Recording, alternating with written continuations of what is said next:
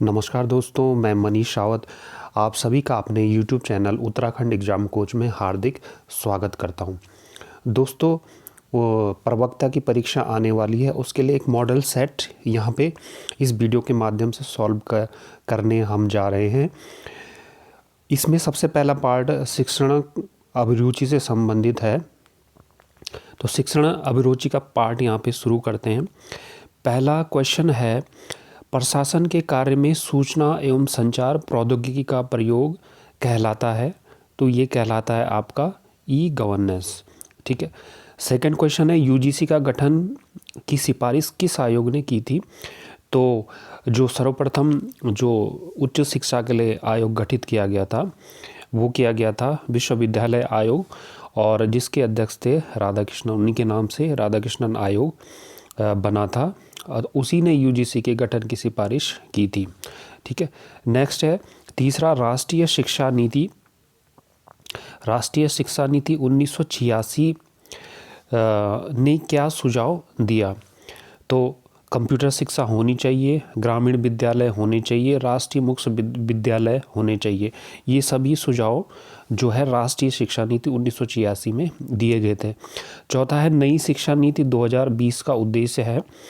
तो नई शिक्षा नीति 2020 का उद्देश्य है समग्र शिक्षा प्रणाली को सुधारना। ठीक है। नेक्स्ट है पांचवा क्वेश्चन है यहाँ पे कि कौन सी सिफारिश हंटर आयोग की है? हंटर आयोग की सिफारिश कौन सी है? इसमें 4 सिफारिशें हैं। इसमें जो हंटर आयोग ने सिफारिशें की है वो प्राथमिक शिक्षा स्थानीय भाषा में प्रदान की जाए, ये हंटर आयोग ने सिफारिश की थी। ठीक है। नेक्स्ट है छठवां क्वेश्चन, निम्न में से कोठारी आयोग की सिफारिश है। तो निम्न में से जो कोठारी आयोग की सिफारिश है, पूरे देश में शिक्षा की एक समान संरचना लागू हो, ये भी है। सामान्य शिक्षा वाले 10 वर्षों में कार्य अनुभव पर बल देना चाहिए, ये भी है। 10+2 के 50% छात्रों को व्यवसायिक शिक्षा देना चाहिए, ये भी है। ठीक है। तो इसमें जो सी ऑप्शन है वो 1, 2 और 3, ये ऑप्शन इसमें सही रहेगा।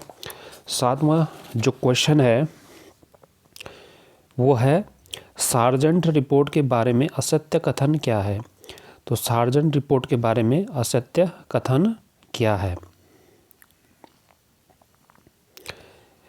तो इसमें है 7 से 13 वर्षों के बालकों को अनिवार्य शिक्षा प्रदान की जाए, ये इसमें 7वें का ए ऑप्शन सही है। ठीक है।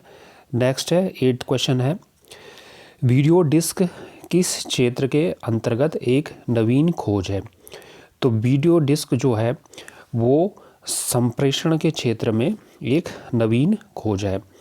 9वां क्वेश्चन है, कंप्यूटर कॉन्फ्रेंसिंग का आयोजन किस प्रकार की कॉन्फ्रेंसिंग के अंतर्गत आता है? तो जो कंप्यूटर कॉन्फ्रेंसिंग होती है वो आपकी टेली कॉन्फ्रेंसिंग में आती है। ठीक। नेक्स्ट है 10वां क्वेश्चन, संप्रेषण दृश्य साधन के अंतर्गत आते हैं। तो ये आते हैं आपके फिल्म, स्ट्रिप और प्रोजेक्टर। ठीक। 11वां क्वेश्चन है, राष्ट्रीय शिक्षा आयोग ने किस स्तर पर मूल्य शिक्षा देने का सुझाव दिया? तो राष्ट्रीय शिक्षा आयोग ने प्राथमिक स्तर पर, माध्यमिक स्तर पर और उच्च स्तर पर, तो इसके जो है यहाँ पे सभी ऑप्शन सही रहेंगे, सभी स्तरों पर। ठीक है, डी ऑप्शन सही रहेगा। 12वां क्वेश्चन है, किसने समस्त सामाजिक आदर्श नियमों को 3 कोटियों जनरीतियाँ, रूढ़ियाँ एवं कानून में विभाजित किया? तो ये थे आर वीर स्टीड। ठीक है, बी ऑप्शन सही रहेगा। 13 क्वेश्चन है, प्रबंध समिति की बैठक में प्राचार्य होता है। तो प्रबंध समिति की बैठक में जो प्राचार्य होता है वो सचिव होता है। ठीक है। चौथा, किसका वचन है कि प्रधानाध्यापक में वे सभी गुण होने चाहिए जो एक नेता में होने आवश्यक हैं? ये किसने कहा था? तो ये कहा था आपका रायबर्न ने। ठीक है, ए ऑप्शन सही रहेगा।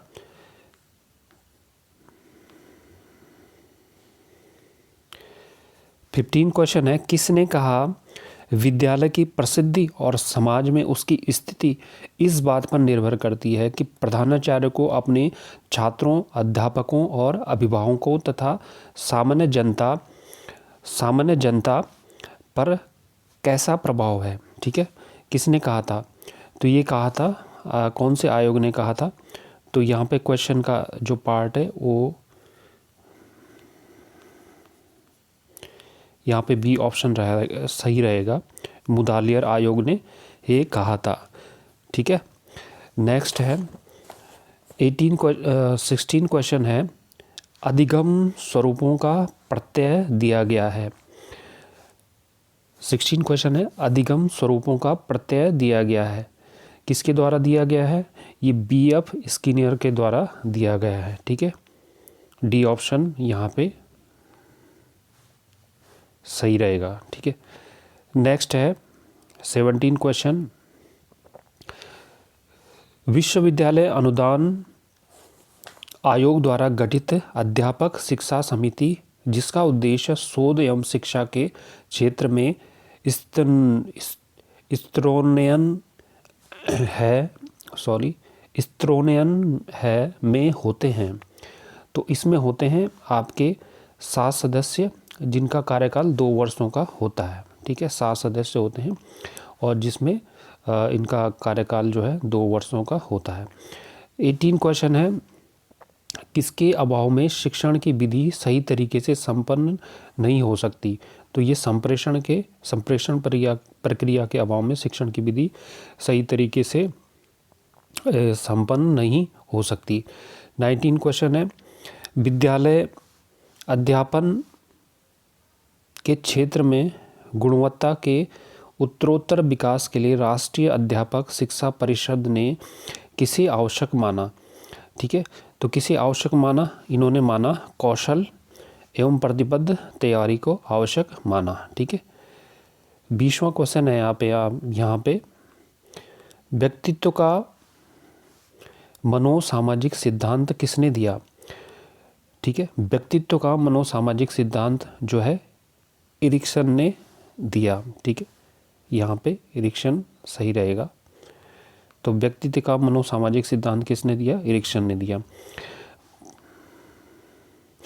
ठीक है, 21 क्वेश्चन है, भारत में मनोवैज्ञानिक परीक्षणों का मापन किसने किया? तो भारत में मनोवैज्ञानिक परीक्षणों का मापन जो है ये C.H. राइस ने किया। ठीक है, यहाँ पे डी ऑप्शन सही रहेगा। नेक्स्ट क्वेश्चन है, कक्षा में संप्रेषण की सबसे शक्तिशाली बाधा है। तो सबसे शक्तिशाली बाधा क्या है? शिक्षक के स्तर पर भ्रांति। ये जो है कक्षा में संप्रेषण की सबसे शक्तिशाली बाधा है। ठीक है, 23 क्वेश्चन है, कौन संवाद का प्रक्षेपी प्रविधि नहीं है? ये इंटरनेट नहीं है। ठीक है, प्रक्षेपी प्रविधि नहीं है तो ये इंटरनेट नहीं है। ठीक है, नेक्स्ट क्वेश्चन है 24, शिक्षण में श्रवण सामग्री का प्रयोग आपकी दृष्टि में कैसा है? तो इसमें ए ऑप्शन रहेगा सही रहेगा। इनके प्रयोग से अधिगम की दर कई गुना बढ़ जाती है। ठीक है, ए ऑप्शन सही रहेगा।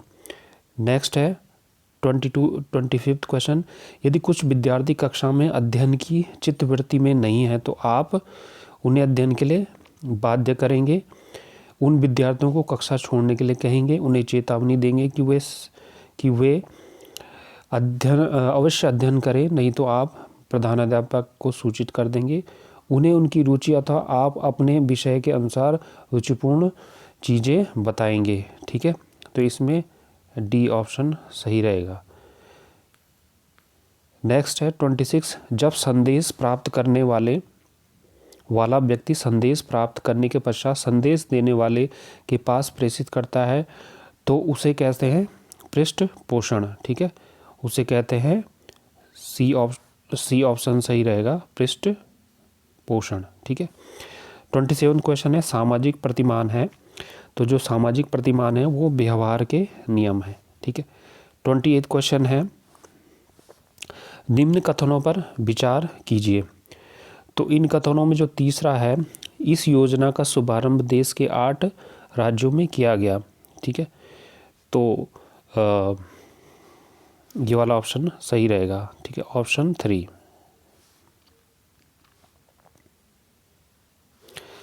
नेक्स्ट क्वेश्चन है, अनेक विकल्पों में से एक विकल्प का चयन करना किसका लक्ष्य है? तो यह शिक्षा नियोजन का लक्ष्य है। 30 क्वेश्चन है, कि समिति ने अध्यापकों के लिए आचार संहिता और जवाबदेही पर अपनी रिपोर्ट प्रस्तुत की। तो ये सेन समिति ने जो है शिक्षकों के आचार संहिता और जवाबदेही पर अपनी रिपोर्ट प्रस्तुत की।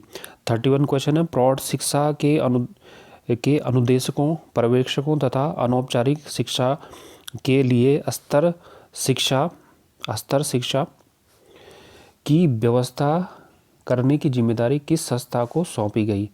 तो ये किस संस्था को सौंपी गई? तो ये यहाँ पे ऑप्शन इधर है ऊपर।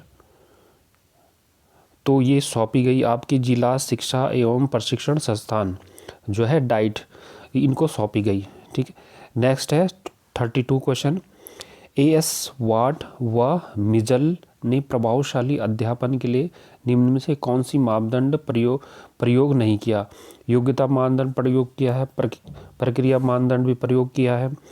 ठीक है, उत्पादन मानदंड भी प्रयोग किया है, शैक्षिक मानदंड का प्रयोग नहीं किया है। ठीक है, 33 क्वेश्चन है कि निम्नलिखित कथनों का विचार कीजिए। अनुसूचियां एक दूसरे के एक्सक्लूसिव होती हैं, साक्षात्कार को प्रामाणिक बनाने में अनुसूचियां सहायक नहीं होती। तो इनमें जो है ना तो एक है ना ही दो है। ठीक है, 34 क्वेश्चन है, श्रृंखला अभिक्रमित अंतर्गत प्रमुख पद होते हैं।